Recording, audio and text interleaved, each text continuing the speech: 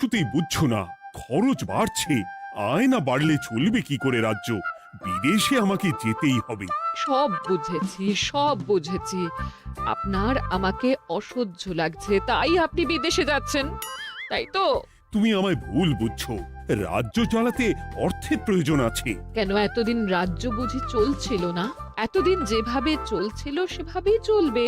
সময় পাল্টাচ্ছে। এখন শুধু সিংহাসনে বসে থাকলেই চলে না, দেশ বিদেশ ঘুরে দেখতে হবে কিভাবে রাজ্যের উন্নতি হয়, লাভ হয়, সেই নিয়ে নতুন করে ভাবতে হবে। তার মানে আপনি ঠিক করে নিয়েছেন আপনি যাবেন, তাই তো? হ্যাঁ। আর যতদিন আপনি না থাকবেন এখানে কি হবে ভেবে দেখেছেন মহারাজ? কে সামলাবে সব?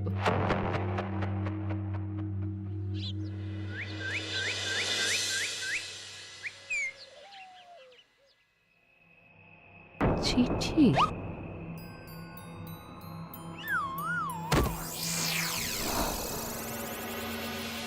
আমি অনেক ভেবে দেখলাম, আসলে এসব সিংহাসন, ক্ষমতা, প্রতিপত্তি অর্জন করা আর রক্ষা করার জটিলতার চেয়ে বাকি জীবনটা শান্তির সাথে বনে কাটিয়ে দেওয়াই ভালো। বলছি সবই তো বুঝলাম, কিন্তু এই শান্তিটা কে? মহারাজ সন্ন্যাসী হয়ে গেলেন আর এসব নিয়েও তুমি ভাড়ামি করছো গোপাল? ও মা গো, এবার কি হবে? চিন্তা করবেন না রানীমা, কৃষ্ণনগরকে আমি আমার বুক দিয়ে আগলে রাখবো। আপনার ছাতির মাপটা ঠিক মতো জানেন তো মন্ত্রী মশাই? মানে ওই গোটা কৃষ্ণনগরকে কি আপনি আপনার বুকের মধ্যে আগলে রাখতে পারবেন? গোপাল! মার্জনা করবেন মন্ত্রী মশাই। আমি বলছিলাম কি, ওইসব আগলে টাগলে রাখার আগে ওই ভালো করে খুঁজে দেখুন সব। মানে কি বলতে চাইছো কি তুমি? মহারাজকে খুঁজে বার করুন মন্ত্রী মশাই, লোক পাঠান। তিনি হয়তো এখনো বেশি দূর যেতে পারেননি। এটা কিন্তু ঠিক বলেছে গোপাল, তাকে একবার যদি খুঁজে পাই আমরা। আপনি চিন্তা করবেন না রানীমা, আমি এক্ষুনি লোক পাঠাচ্ছি। আর গোপাল, রানীমাকে বিশ্রাম নিতে দাও। যাও এখন, যত সব।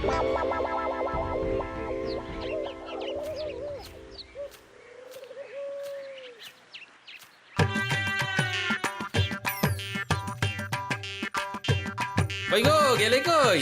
এক ঘটি জল দাও দেখি। ওই জলই খেতে হবে, শুধু জল। ঘরে এক দানাও চাল নেই।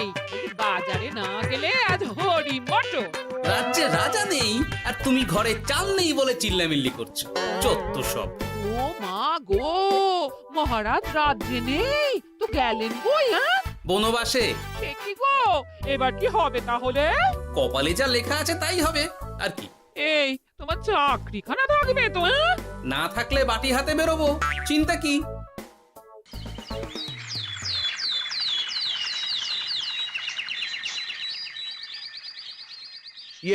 মহারাজ যখন নেই তখন আমি যখন এ রাজ্যের মহামন্ত্রী, তখন আমি এত মানে করার কি আছে মন্ত্রী মশাই? মহারাজ নেই তো কি হয়েছে, রানীমা তো আছেন। আমরা তার কথা মতোই চলব। গোপাল একদম উচিত কথা বলেছে। হ্যাঁ, আমিও তো তাই বলছিলাম। মহারাজ যখন নেই তখন রানীমার নির্দেশ মতোই তো আমাদের সামলাতে হবে সব। কতদিন আর আগলাবে গোপাল? আজ নয় কাল এই শর্মাকেই বসতে হবে এই সিংহাসনে। যতদিন পারি ততদিন তো চেষ্টা করতেই হবে মন্ত্রী মশাই। আপনি যদি চলেন ডালে ডালে, আমি চলি পাতায় পাতায়। রাজা মশাই আছেন? আমি অনেক দূর থেকে আসছি।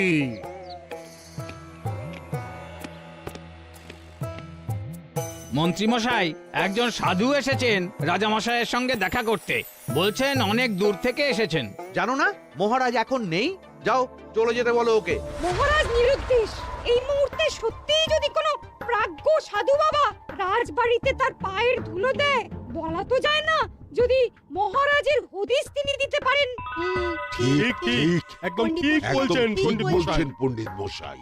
বেশ, ডেকে আনো তাকে, দেখি সে কি বলে।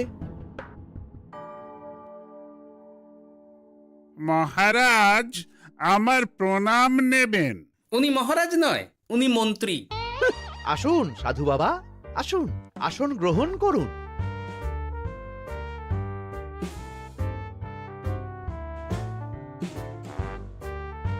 এ কি করলেন সাধু বাবা? এটা তো মহারাজের সিংহাসন। আপনার জন্য আমি অন্য আসনের ব্যবস্থা করে দিচ্ছি, আপনি বরং সেখানে বসুন। ওহ, রাজাই যখন নেই তখন তার সিংহাসনে বসতে ক্ষতি কি? আপনি কি করে জানলেন মহারাজ নেই? বুঝলি না, সাধু বাবা যে অন্তর্যামী গোপাল। এবার কি হবে? উনি যদি বলে দেন মহারাজ কোথায় আছেন, তাহলে তো আমার আর বাবা পণ্ডিত মশাই, আগেই ওরকম হামলে পড়বেন না। আচ্ছা, আপনি যদি অন্তর্যামী হন, বলুন তো আমাদের রাজা মশাই কোথায় গেছেন? জবর জটা কালো চুলে দে না মা অতীত বলেন। বুম! মহারাজ বনবাসে গেছেন। এটা যখন বলেছেন সাধু বাবা, তাহলে মহারাজ এখন কোথায় আছেন সেটাও নিশ্চয়ই আপনি বলে দিতে পারবেন। গোপাল, সব বিষয়ে নাক গলিও না তো তুমি। ঠিক ঠিক আছে, রাজা মশাইকে নিয়ে চিন্তা হওয়া তো খুবই স্বাভাবিক, কিন্তু গোপাল, রাজা মশাই বনবাসে গেছেন, তাকে আর সংসার মায়ায় বাঁধা ঠিক কাজ হবে না। এ আপনি কি বলছেন সাধু বাবা? মহারাজ না থাকলে রাজ্য চলবে কেমন করে? নতুন রাজা নির্বাচন করতে হবে। এই তো খেলা জমে গেছে, একে দিয়েই কাজ হবে মনে হচ্ছে। সাধু বাবা, এসব নিয়ে নয় পরে আলোচনা করা যাবে। এই কে আছো? সাধু বাবার পা ধুইয়ে দাও ভালো করে। না, বিষয়টা ঠিক সুবিধের মনে হচ্ছে না। আহা মন্ত্রী, করেছ কি? আমি সাধু মানুষ, এত খেতে পারি কি? ও বললে হবে না সাধু বাবা, আপনার জন্য নিজে দাঁড়িয়ে থেকে মহারাজের খাস হালুই করকে দিয়ে রাঁধিয়েছি সব। এ দেখুন না একটু, অমৃত অমৃত। বেশ বেশ, এত করে বলছো যখন, বাহ বাহ, চমৎকার চমৎকার। আমি জানি তো যে এমন খাবার আপনি আগে কখনো খাননি। তা বটে বটে, ভেবেছিলাম কটা দিন বিশ্রাম নিয়ে চলে যাব। এখন দেখছি যা আদর আতিথেয়তা শুরু করেছো তোমরা, তাতে তো মাস কয়েক কাটিয়ে না গেলে আমারই লোকসান হবে। থাকুন না, থাকুন, যতদিন ইচ্ছা থাকুন। আমার ইচ্ছা অনুযায়ী সব চললে তো ওই গোপালের জায়গায় আপনাকেই সবার মহারথী করে রেখে দিতাম চিরকাল। এসব কি বলছো মন্ত্রী? কেন, পরিকল্পনাটা মন্দ নাকি? আমি হব এই রাজ্যের নতুন রাজা, আর আপনি হবেন আমার রাজসভার প্রধান মহারথী। বটে, কাজটা খুব একটা কঠিন না। মহারাজ বনবাসে, আর আপনি নিজেই তো বললেন তাকে ফিরিয়ে আনাও ঠিক হবে না। তাহলে তা বলেছি, কিন্তু বাকি অন্যান্য সভাসদেরা আছে, তারা তো। আরে ছাড়ুন তো ওদের কথা। আকাশে হাত ছড়িয়ে আর একবার মন্ত্র পড়ে নেবেন, বলবেন এই রাজ্যের রাজা হওয়ার ক্ষমতা একমাত্র আমার মধ্যেই আছে। ব্যাস, সবাই মানতে বাধ্য। তারপর আমার একটা হিল্লে হয়ে গেলে আপনারটার ব্যবস্থাও আমি করে দেব, বুঝলেন? বুঝলাম, একেবারে জলের মতো পরিষ্কার। ব্যাস, কালই তাহলে কাজ শুরু করে দিন। বেশি দেরি করে তো লাভ নেই। বলা তো যায় না, মহারাজের যদি রানীমার জন্য মন কেমন করে, রাজ্যে ফিরে আসে, ওসব হওয়ার আগেই সেরে ফেলতে হবে সব কাজ। রাজা হওয়ার খুব তাড়া দেখছি তোমার মন্ত্রী।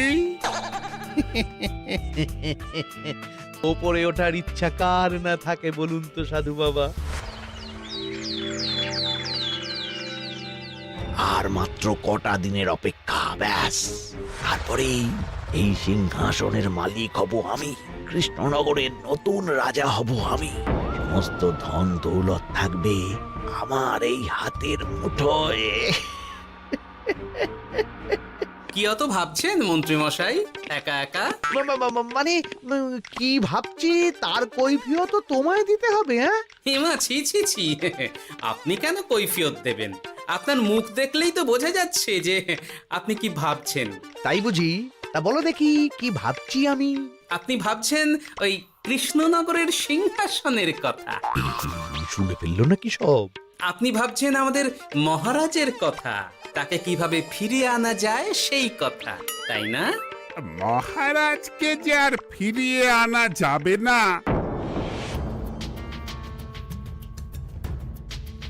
সে কথা তো আগেই বলেছি। তাই যদি হয় সাধু বাবা, আপনি এর একটা কিছু বিহিত করুন, না হলে রাজা ছাড়া রাজ্য। ঠিক বলেছ, রাজা রাজ্য, নুন ছাড়া তরকারি, আলো ছাড়া দিন, জল ছাড়া জীবনের মতো। তাই যত দ্রুত সম্ভব নতুন রাজা নিয়োগ করা দরকার। কিন্তু এ বিষয়ে সিদ্ধান্ত নেওয়ার আগে রানীমার সাথে কথা বলা জরুরি। তার চেয়েও জরুরি একটা কাজ আগে করা দরকার। কিসের কথা বলছেন মন্ত্রী মশাই? গোপালের বহিষ্কার। এ আপনি কি বলছেন মন্ত্রী মশাই? একে রাজা মশাই, তার মধ্যে গোপালের মতো বিচক্ষণ মানুষকে রাজসভা থেকে বহিষ্কার করলে তো রাজ্যেরই ক্ষতি। এটাই হচ্ছে সমস্যা। এই কক্ষে যার যেটা কাজ নয় সে সেটা নিয়ে বেশি চিন্তিত। তুমি বিজ্ঞানে মন দাও, রাজকাজ আমার দায়িত্ব। তাহলে এরকম সিদ্ধান্ত নেওয়ার আগে সবার সাথে আলোচনা করা দরকার। কোনো দরকার নেই, আমি যা বলেছি তাই হবে। রাজ্যের ব্যয়ভার বাড়ছে, এই মুহূর্তে কোনো ভাঁড়কে অযথা বেতন দিয়ে পোষার কোনো মানে হয় না। তাই গোপালেরও কাল থেকে রাজসভায় আসার কোনো দরকার নেই। সবই আমি বুঝতে পারছি মন্ত্রী মশাই। বেশ, আপনি যখন বলছেন, এই আমার শেষ দিন রাজসভায়, চলি সবাই, ভালো থাকবেন।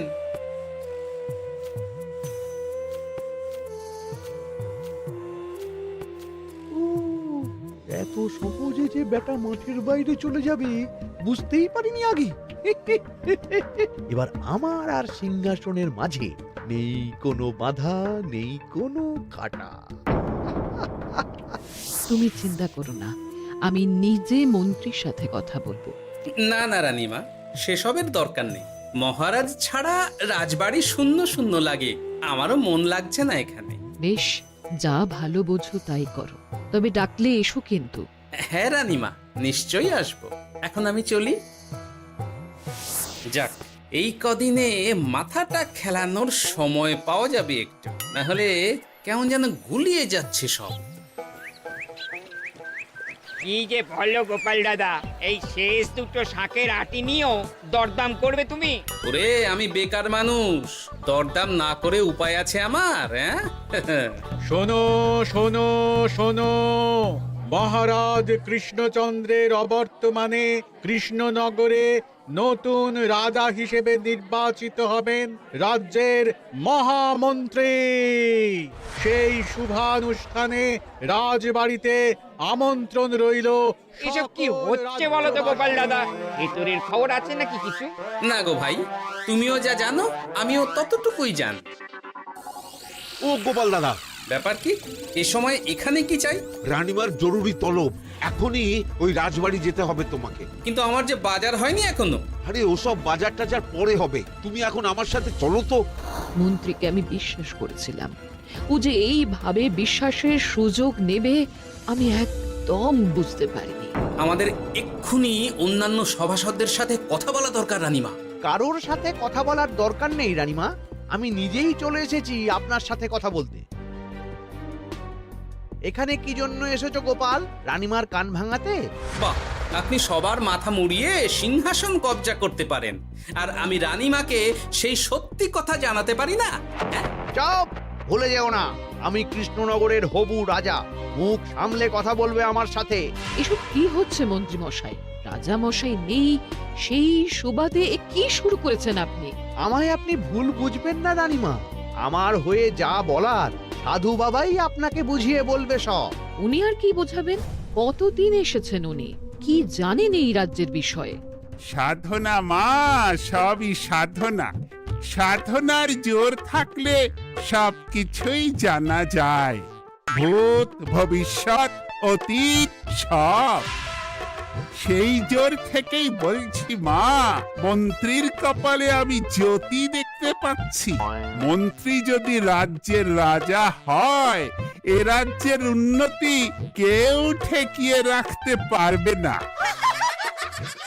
আপনাদের একটা কথাও বিশ্বাস করি না আমি, এসব আপনাদের ষড়যন্ত্র। এ আপনি ভুল করছেন রানীমা।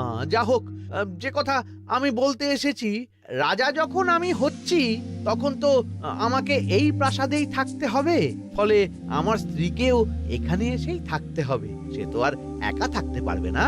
তাই আপনি যদি এই ঘরটা ছেড়ে দিতেন। কিন্তু মন্ত্রীমশাই, তুমি কি বলছো মন্ত্রী? এখানে না থাকলে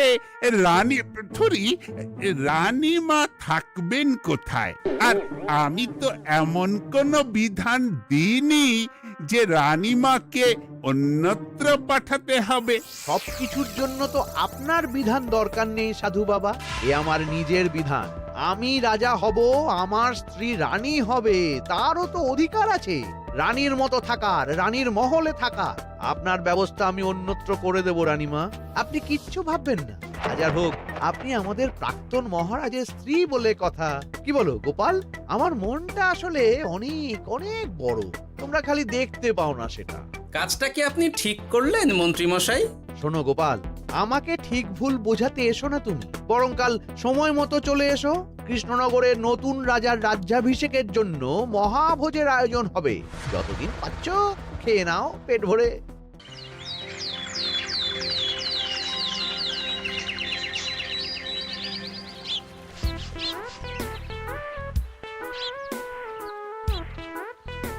আরে এগুলো আবার কি পরে আছে এখানে? কি এ তো মহারাজের পোশাক, এখানে এসব কি করে এলো? তাহলে কি মহারাজ? না না না, হিসেবটা কেমন যেন ওলট পালট হয়ে যাচ্ছে। সময় তো হয়ে গেল, নতুন মহারাজকে ডাকুন এবার। এসে গেছি, এসে গেছি। আসুন মন্ত্রী মশাই, আসুন। মুকুট নিয়ে দাঁড়িয়ে আছি আপনার মাথায় পরাবো বলে। সাধু বাবা, এবার মহারাজ বলা অভ্যাস করুন। মহারাজ। মহারাজের হদিশ পাওয়া গেছে মন্ত্রীমশাই, মহারাজের হদিশ পাওয়া গেছে। এই কি স্বপ্নের কথা? মহারাজের হদিশ পাওয়া গেছে মানে কোথায় মহারাজ? না না, মহারাজ না, মহারাজের পোশাক পরে আছে পুকুরের ধারে।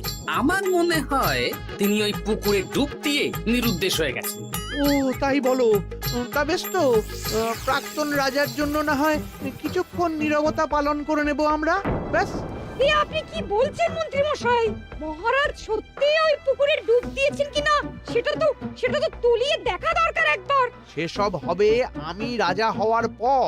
নিন সাধু বাবা, মুকুট পরান। কিন্তু মন্ত্রীমশাই, আরো একটা দুঃসংবাদ আছে যে। ও আবার কিসের দুঃসংবাদ? মহারাজ যে পুকুরে ডুব দিয়েছেন সেই কথা বলতেই রানীমা অজ্ঞান হয়ে গেছে। তুমি যে কি করো না গোপাল, শুভ সময়ে অশুভ একটা সংবাদ দিয়ে দিলে তো সব বরবাদ করে। এই ক্যাচো, গ্রেফতার করো গোপালকে। তার আগে তোমায় গ্রেপ্তার করা হবে। এত বড় সাহস তোমার? হবু রাজাকে গ্রেফতার করার কথা বলো তুমি? আজ তোমার একদিন কি আমার একদিন। কিসের হবু রাজা? আমি কৃষ্ণনগরের আসল রাজা। হ্যাঁ, আমি। কি মহারাজ, আপনি? হ্যাঁ, আমি। অনেক দিন ধরে তো তোমার বাড়বাড়ন্ত দেখলাম, আজকে খেলা শেষ। কিন্তু গোপাল, রানী কোথায়? কেমন আছে সে? এক্ষুনি তার কাছে আমাকে নিয়ে চলো। রানীমা ভালোই আছে মহারাজ, কিচ্ছু হয়নি তার। কিন্তু তুমি যে বললে রানী অজ্ঞান হয়ে গেছে।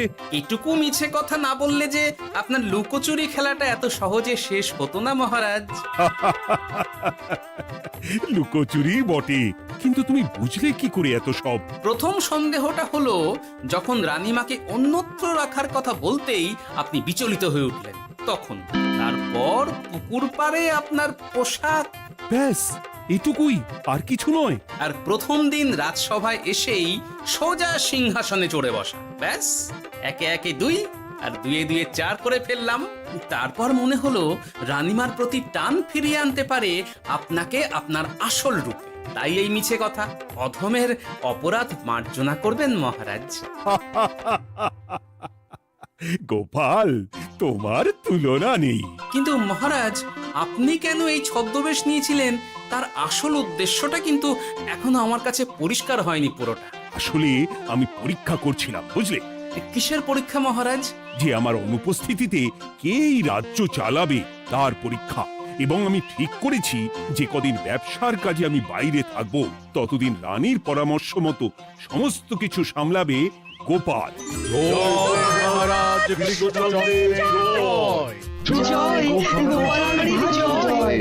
আর আমি মহারাজ? তুমি থাকবে পেয়াদা। এ কি শুধু জল আর ভাত?